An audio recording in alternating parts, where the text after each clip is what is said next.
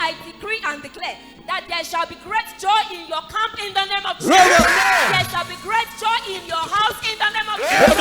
There shall be great joy over your marriage in the name of Jesus. There shall be great joy over your academics in the name of Jesus. There shall be great joy over your business in the name of Jesus. Over your children, I declare great joy in the name of Jesus. Great joy in the name of Jesus. Fullness of joy in your going out. Fullness of joy in your coming in. Fullness of joy in your place of work. Fullness of joy. Fullness of joy. Fullness of joy. Fullness of joy in the name of Jesus. You will live longer to enjoy the fruit of your hands in the name of Jesus. You will live longer to enjoy that which you have never felt in the name of Jesus. Your joy will not be stolen. Your joy will not be restored. Your joy will not be consumed.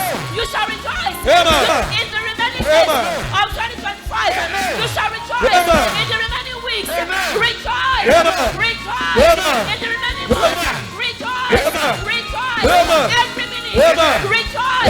It is your season of rejoicing. It is your season to be joyful. It is what we do. Your joy shall be permanent. In the name of Jesus.